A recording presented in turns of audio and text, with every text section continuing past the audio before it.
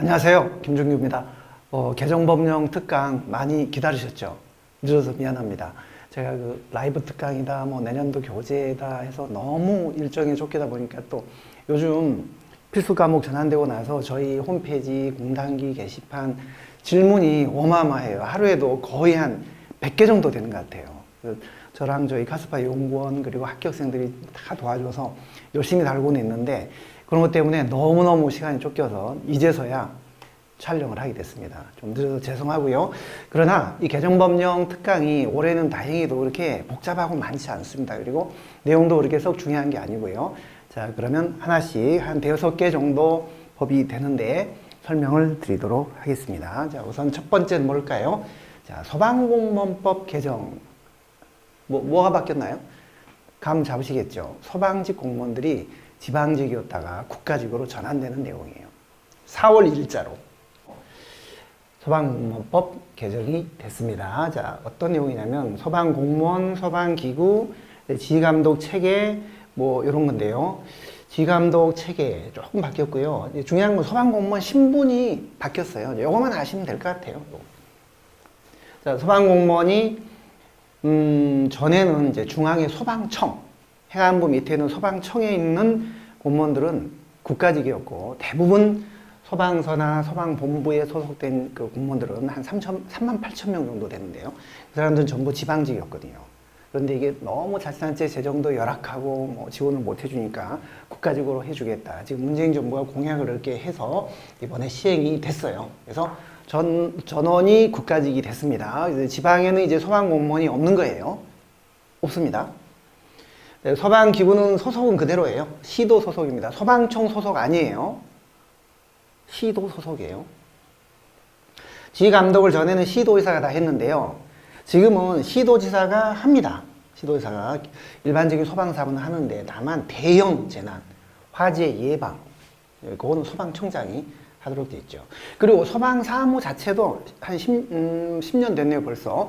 소방기본법이 개정이 되면서 소방에 관한 기획, 예산, 이런 업무는 국가사무로 되어 있고요. 그 다음에 구조, 고난, 불 끄고 인명구조하는 거, 요거는 시도사무로 지금 되어 있어요.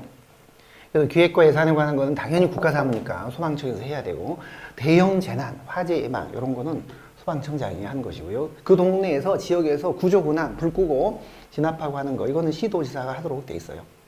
이렇게 되어 있는데, 중요한 거는, 그래서 꼭 알아야 될 사항은 복잡한 거 필요 없어요. 간단해요. 소방직 공무원들이 저는 2020년 4월 1일자로 지금 오늘 4월 며칠에 19일, 20일이니까 국가직화가 이제 됐다. 그래서 기출문제 몇 가지 이거 다 수정해서 보셔야 돼요. 좀 이따 제가 풀어드릴게요. 소방본부, 소방서 이 소속은 여전히 시도지사 소속으로 돼 있다. 자, 2018년도에 지방직 구급에서 나왔던 문제인데요. 이런 문제가 있었어요. 지방공무원법상 특정직 지방공무원에 해당하지 않는 거. 자, 특정직. 이 문제는 물론 이제 전문위원은 일반직이나 별정직이니까 특정직이 아니죠. 교육공무원, 경찰공무원, 소방공무원은 국가직이든 지방직이든 간에 전부 다 이게 특정직이에요. 교육, 경찰, 소방은. 그러니까 여기서 이제 답이 1번이었는데요. 이건 일반직 또는 별정직이니까 답이 1번인데 이제는 지방공무원법상 이 소방공무원은 아예 이제 없어요. 없습니다. 그러니까 4번도 틀리게 돼요. 4번도. 이제 그런 부분을 좀 고쳐서 보셔야 되거든요. 제가 지금 강의를 할 때는 다 수정해서 말씀을 드리고 있는데 작년 강의는 그렇게 이제 작년에도 그렇게 얘기를 드렸던 것 같아요. 그러나 이제 확정적으로 지방공무원법에서 특정직 공무원의 소방직이 없어졌어요. 4월 1일자로 지방공무원법도 개정이 됐어요. 그러니까 이제는 1번뿐 아니라 2번뿐 아니라 4번도 답이다. 자, 지방공무원법도 여기에 맞춰서 개정이 됐어요. 4월 1일자로. 내용은 그 내용이에요. 자, 특정직, 지방공무원법상 특정직이 전에는 이렇게 되어 있었죠. 교육공무원, 그 다음에 경찰공무원, 그리고 지방소방공무원, 기타 특수 분야 업무에 담당하는 공무원 중에 이제 법률로 지정된 공무원 이렇게 돼 있었는데 이제는 여기서 지방소방공무원이 빠집니다. 아예 지방에는 소방공무원이 없는 거예요. 그러니까 지방의 특정직은 교육하고 경찰하고 이제 그런 거밖에 없는 거예요. 소방공무원 빠지니까. 자, 그러면 문제 하나, 이것도 한번 보시죠. 이것도 작년도 서울시 7급 추가 채용 문제. 요즘 이 지방공무원법상 공직 분류 문제가 자주 나오는 편이거든요. 그래서 조금 알아놓으셔야 돼요. 자, 기술, 이건 일반직이잖아요. 지금 특정직을 물었는데, 이거 일반직이에요. 자, 일반 행정, 기술 분야 종사하는 사람들, 이 사람들은 경력직 중에 일반직이에요. 특정직이 아니에요. 자, 교육공무원 특정직이죠. 경찰 특정직이죠. 소방, 이제는 아예 없어졌어요. 지방공무원법상 특정직에서 아예 사라졌습니다. 그러니까 출제 당시에는 요게 일반직이라서 답이었는데, 이제 얘도 틀렸다. 자, 이렇게 보시면 됩니다. 자, 이 다음에 또 하나. 요거는 법령 개정된 건 아니고, 그, 자치단체 회계 기준, 지금 행정안전 불용으로 되어 있는 회계 기준상 내용을 좀 설명드리려고 여기에 지금 포함을 시켰는데요. 재무제표, 국가고 지방 재무제표. 결산보고서상에, 그러니까 국가재정법, 지방재정법상 결산보고서상의 재무제표는 서로 똑같아요. 자, 우리 3대 정부 재무제표 하면 뭐예요? 이거죠. 재정상태표, 현재 상태를 알려주는 재정상태표. 자, 이거는 자산 빼기 부채, 자산 빼기 부채에서 순자산의 크기를 알려주는 거예요. 재정운용표는 1년 동안 얼마나 수익을 내고 썼느냐, 즉 수익 빼기 비용 해서 운영 차익을 알려주는 게 재정운용표고, 요거는 순자산을 알려주는 게 재정상태표고, 요거는 운영 차익을 알려주는 게 이게 재정운용표고, 그 다음에 이 순자산이, 자산 빼기 부채 순자산이 지금 작년에 비해서 늘고 있냐 줄고 있냐 추이를 알려주는 그게 순자산 변동표인데요. 이게 3대 정부 재무제표예요. 3대. 그래서 법상으로는 국가재정법상, 지방재정법상, 결산보고서상에 첨부해야 되는 정식 재무제표상으로는 이 세 가지가 동일해요. 그런데 회계 기준상으로는 조금 달라요. 회계 기준이라는 게 국가는 기재부 불용이고 지방은 행정안전부 불용이거든요. 그런데 국가는 이 세 개만 작성하도록 회계 기준상으로도 돼 있어요. 그런데 지방은 여기다 하나가 더 추가돼요. 현금 흐름표. 여기 하나 추가돼요. 법상으로는 이렇게만 하도록 되어 있는데 회계 기준상으로는 이렇게 현금이 지금 어떻게 흘러가고 있냐, 잔고가 얼마나 남았냐, 요까지도 알려주도록 해놨기 때문에 회계 기준상으로는 여기 추가돼서 실제 이 부분하고 관련해서 꼭 알아두셔야 될 사항은 결산보고서는 국가나 지방이나 똑같아요. 현금 흐름표가 포함이 안 돼요. 그런데 회계 기준상으로는 국가하고 달리 현금 흐름표를 작성하고 있다. 그러니까 국가는 지금 아예 현금 흐름표를 작성 자체를 안 하고 있는데 지방은 작성을 하고는 있다. 그러나 정식 결산보고서상의 재무제표는 아니다. 그걸 참고로 알아보세요. 그러니까 예를 들면 이런 문제. 자, 이런 문제. 발생주의 복식법에 기초한 회계 방식을 도입하고 있다. 이때 중앙정부의 재무제표 구성 요소가 아닌 거라고 했거든요. 중앙정부 재무제표 구성 요소가 아닌 거. 그럼 이거는 현금 흐름표가 답이에요. 근데 만약에 지방정부 이렇게 나오면 이제 문제가 될 수 있다는 거죠. 지방정부 하면. 그래도 답은 3번을 하셔야 될 거예요. 왜냐하면 지방재정법 상으로는 정식 재무제표가 아니기 때문에. 그런데 만약에 지방정부는 국가와 달리 현금 흐름표를 작성하도록 하고 있다, 이런 지문이 이제 맞을 수도 있다는 거죠. 회계 기준상으로는 지금 하고 있으니까. 자, 요런 거 조금 신경 쓰시고요. 자, 그 다음에 공선법 개정됐죠. 공직선거법, 여러분들 개정됐죠. 그래서 올해 지금 사회로 총선 때 18세 이상 고등학생들도 다 투표했잖아요. 투표율이 뭐 그래서 올라갔는지 어쩐지 모르겠습니다만, 여러분들 투표 하셨나요? 안 하셨나요? 투표 안 하면 면접 때 떨어뜨린다는 말도 안 되는 괴담이 한때 있었거든요. 그 전에는 더 웃기는 괴담도 있었어요. 투표 때 정부 여당을 안 찍으면 면접 때 떨어뜨린다는 더 말도 안 되는 괴담이 있었거든요. 전부 괴담. 우리나라는 참 괴담 공화국이에요. 아무 상관없습니다. 누가 투표하고 안 알아보지도 않아요. 신경 쓰지 마세요. 그러나 민주시민으로서 투표는 그래도 하시는 게 좋겠죠. 자, 공선법이 개정됐는데 그거 18세로 낮춰진 거. 그래서 흔히 이 부분과 관련해서 여러분들이 오해를 많이 하세요. 그러면 공직선거법상 선거 연령이 19세에서 18세로 낮아졌으면 뭐 주민투표, 뭐 국민투표, 뭐 감사청구 이런 거 전부 다 18세로 낮아졌냐? 이렇게 오해를 하시는데 아니거든요. 아니거든요. 선거 연령은 공선법에 규정된 선거 그 대상은 대통령, 국회의원, 단체장, 지방의 의원이에요. 요번에 우리 요 사람들 뽑았던 거죠. 대통령, 국회의원, 자치단체장, 지방의 의원. 요 사람들 공직선거법에 규정이 돼 있잖아요. 사람들 이 연령이 낮아진 거예요. 19세에서 18세로. 그런데 우리 행정학에 나오는 뒤에 지방자치편에 보면 감사청구, 뭐 주민감사청구, 그다음에 조례개폐 청구, 그다음에 주민투표, 그다음에 주민소환투표 이런 거 있어요. 그 연령도 그럼 18세로 낮춰졌냐? 아니라니까요. 아닙니다. 그런 것들 주민소송, 주민소환 다 연대 서명하도록 돼 있잖아요. 투표하고. 이거는 여전히 스틸 그대로 19세 이상이에요. 19세 이상. 헷갈리지 마십시오. 꼭 알아두셔야 될 사항은 이거예요.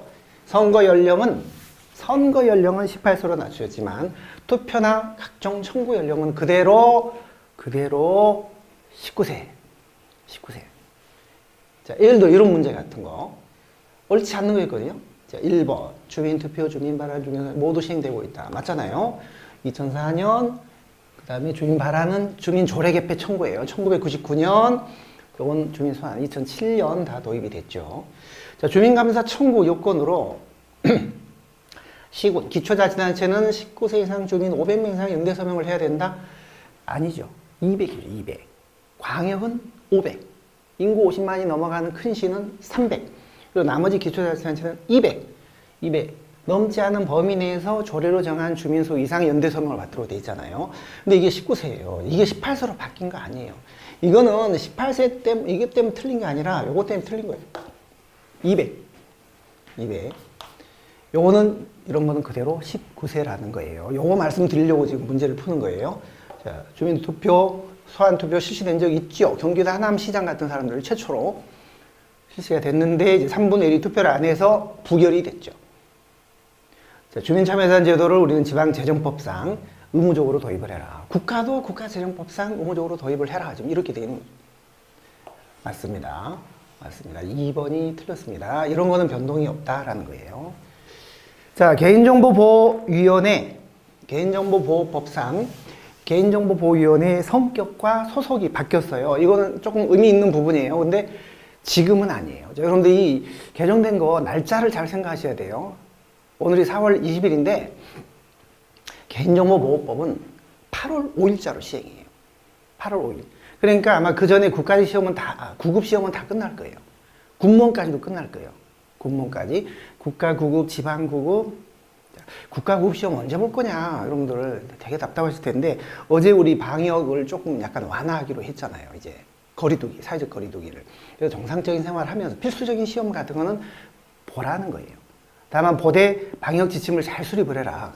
좌석 간격을 띄운다든지, 아니면 각종 세정제를 비치한다든지 등등, 마스크를 꼭 쓰고 한다든지 이런 그 지침을 이행하도록 그러게 되기 때문에 아마 조만간 이제 앞으로 한 4월 말까지 확진자 수가 지금처럼만 10명 내외로 이렇게 왔다 갔다 하면 아마 4월 말쯤 발표를 해서 아마 시험은 5월 말쯤이나 아마 보지 않을까. 6월 13일 날 지방지 시험이 있기 때문에 그 뒤로 넘어가거나 그 직전으로 가지는 않을 거 아니에요. 그래서 제 생각에는 5월 말쯤이 될 것 같은데, 그렇게 한다면 자관 구급 시험하고 군무원까지는 해당이 없고, 요거는 8월 5일자로 시행이거든요. 8월 5일. 그때부터 이제 7급 시험, 8월 달에 보는 7급 시험, 그 다음에 10월 달에 보는 지방직 시험, 요런 거는 적용이 되겠죠. 그러니까 약간 그 시점을 좀 생각하셔야 됩니다. 여기서부터는요. 자, 개인정보보호위원회. 어디 소속이었죠? 옛날에는 소속이 대통령 소속이었어요. 그래서 대통령 소속의 위원회가, 행정위원회가 3개 돼서 대개방규 이렇게 외웠잖아요. 대개방규, 대통령 개방규, 대개방규, 개인정보보호위원회, 방송통신위원회, 규제개혁위원회. 그런데 소속이 바뀌어요. 총리. 총리 소속으로 약간 격화되긴 했지만 사실 격화된 건 아니에요. 대통령이 부담스럽다는 거예요. 이런 거 개인정보 유출되고 뭐 잘못하면 대통령이 다 소속이니까 대통령이 책임을 져야 되는데 뭐 이런 것까지 대통령이 책임져. 이거 그냥 총리가 책임지지. 우리나라는 대통령 권한제, 총리 책임제예요. 권한은 대통령이 행사하고 책임만 총리가 총알바지처럼 다 지는 그런 차원에서 총리 쪽으로 책임을 떠넘기는. 그래서 언뜻 보면 위상이 낮아진 것처럼 보이지만 사실은 지위는 더 강화됐어요. 강화됐어요. 중앙행정기관이 아니었다가 이제는 중앙행정기관인 위원회가 된 거예요. 요거. 여러분들 중앙행정기관 제가 암기법을 나 중앙에 있는 공원에 금방 갔다 올게. 금방공원이라고 했잖아요. 금방공원. 금방공원. 그러니까 자, 보시면 중앙행정기관이 아니다라고 했는데 이제 중앙행정기관으로 바뀐 거예요. 그래서 대통령 소속 행정위원회가 개방규였는데 이제 개가 빠져요. 개가 빠지고 그냥 방규, 대방규, 대방규, 큰 방규, 대방규, 대통령 소속 방규, 개인정보위원회는 총리로 가니까 빠지는 겁니다. 그래서 중앙행정기관인 위원회는 금방공원이었는데 금방공원. 금융위원회, 방통위, 공정거래위원회, 원자력안전위원회 좀 아시는 게 좋아요. 근데 이제 개인정보보호위원회가 포함돼요. 개 금방공원이요. 나 금방 개 끌고 금방 중앙에 있는 공원 갔다 올게. 개 끌고 갔다 올게. 개 금방공원이에요. 여기는 그냥 대방규고. 그래서 소속은 총리 소속으로 낮아졌지만 지위는 중앙행정기관이 됐으니까 엄청나게 높아진 거예요. 지위는. 자, 개인정보보호위원회. 중요한 건 언제부터? 8월 5일부터. 그 전 시험은 적용이 안 됩니다. 이미 지금 개정돼서 공포는 됐는데 시행 일자가 8월 5일이에요. 대방규. 중앙에 있는 금방공원에 개 끌고 금방 갔다 올게. 개금방공원 이렇게 암기하시면 됩니다. 자, 예를 들어 이런 문제 같은 경우에요. 총리 소속기관이 아닌 것은 했거든요. 이건 제가 좀 수정을 한 거예요. 여러분들의 편의상 확실하게 짚어드리려고. 전에는 개방규가 대통령 소속이었어요. 근데 이제는, 그러니까 이게 답이었는데 이제는 답이 없어졌어요. 답이 없어졌어요. 전부 총리 소속. 전부. 총리 소속. 근데 만약에 문제가 이게요. 만약에, if, 바뀌어서 다음 중 중앙행정기관이 아닌 것은 이렇게 8월 5일 이후에 나온다면, 지금 나온다면 얘 둘이 중앙행정기관이 아니죠. 걔 빼고 금방공원 얘만 중앙행정기관인데 이제 8월 5일이 넘어가면 걔 금방공원이 중앙행정기관이 되니까 요 세 개가 중앙행정기관이 되고 얘는 중앙행정기관이 아니게 되는 거예요. 지금은 아니고 앞으로도 아니고 얘는 이제 중앙행정기관이 되는 거예요. 8월 5일자로. 답이 4번. 지금은 3번, 4번. 8월 5일 이후에는 4번. 아시겠죠? 개인정보보호위원회 위상. 자, 공공기관 운영에 관한 법률 이것도 개정이 됐습니다. 공포는 됐는데 이것도 시점을 잘 아셔야 되는데 내년 2021년 자, 여기 나옵니다. 2021년 1월 1일자예요. 내년도예요. 이걸 왜 말씀드리냐? 지금 이미 얼리버드 초시생들이 얼리버드 일찍 내년도 시험을 준비하는 학생들이 많아요. 많습니다. 그래서 이제 지금 이미 21년도 강의를 기본 이론 강의를 이미 지금 3월, 4월에 저희가 필기 노트로 지금 진행을 하고 있고 또 기본서는 아직 안 나왔지만 그 PDF 파일 가지고 지금 이미 시작을 했어요. 개학이 된 상태입니다. 그리고 5, 6월 달에는 정식적으로 그게 이제 본 강의로 이어질 것이고요. 그래서 내년도 준비를 시작하는 분들이 지금 많이 있기 때문에 지금은 그렇지만 1월 1일자는 바뀌기 때문에 이걸 좀 말씀을 드리고 싶어요. 지금 올해 시험을 보신 분들은 올해는 적용이 안 됩니다. 안 들으셔도 돼요. 사실 올해 시험 보실 분들은 이 부분은. 자, 우리 공공기관의 구분이 공기업, 준정부기관, 기타 공공기관 이렇게 돼 있고 요 준정부하고 공기업은 정원이 50명이 넘어가는 기관 중에서 기재부 장관이 매년 1월 달에 지정 고시하도록 돼 있었잖아요. 50명이었잖아요. 이게 굉장히 중요했잖아요. 최근에 어디선가 100명이라고 나오기도 했고 이게 바뀌어요. 내년도에 바뀌어요. 어떻게 바뀌냐? 직원 정원과. 그러니까 정원은 50명이 안 되지만 자산 규모는 엄청 크거나 이런 수도 있잖아요. 그럼 이게 이렇게 기타로 다 분류가 돼버리기 때문에 이건 좀 일률적으로 이렇게 하는 거는 문제가 있다. 그래서 직원 정원과 수입액과 자산 규모를 종합적으로 고려해서 일정 기준이 되면 요거는 이제 대통령령으로 기준을 정하도록 되어 있는데요. 그 대통령령은 아직 안 만들어졌어요. 근데 그걸 기준으로 해서 그 이상이 되면 준정부 공기업으로 지정하도록 이렇게 바뀌었어요. 정원 50명이 이제 아닌 거예요. 그래서 행정학은요, 오래 끄시면 안 돼요. 그에 비해 공부해서 그냥 탁탁 붙어 나가셔야지 내년도에 또 이렇게 복잡하게 바뀌는 거예요. 자, 올해 시험 보실 분들은 모르셔도 돼요. 신경 안 쓰셔도 됩니다. 예를 들어 이런 문제 같은 경우에, 이런 문제. 여기 3번 지문에 보시면 이제 옳지 않는 것을 했거든요. 정원 50명이 넘어간 기관 중에서 공기업이나 준정부 기관을 지정을 한다. 이렇게 돼 있었는데, 내년도에는 이런 지문이 나오면 틀리게 되는 거예요. 내년도에는 틀리게 되는 거예요. 지금 여기서는 답이 4번이었죠. 4번. 내년도에는 이것도 틀리게 되는 거죠. 왜 4번이 틀렸냐? 공공기관은 EBS나 KBS나 언론, 방송기관은 지정할 수 없도록 되어 있습니다. 국가가 100% 출자를 했지만 KBS, EBS 이런 거 못하도록 되어 있고요. 근데 지방자치단체가 설립한 지방공기업 이런 것도 지정 못하도록 되어 있고, 친목단체, 상호 부조를 목적으로 하는 친목단체 이런 거는 지정할 수 없도록 법에 아예 그렇게 되어 있거든요. 그래서 여기는 지정할 수 있다라고 되어 있으니까 얘가 틀렸는데, 내년도에는 이것도 틀리게 된다는 거죠. 이것도. 자, 여러분들 지금 코로나 때문에 여러 가지 불안하고 하지만 이제 얼마 안 남았습니다. 얼마 안 남았으니까 힘내시고 집중력을 발휘해서 끝까지 잘 마무리해서 시험 잘 보시기 바랄게요. 수고하셨습니다.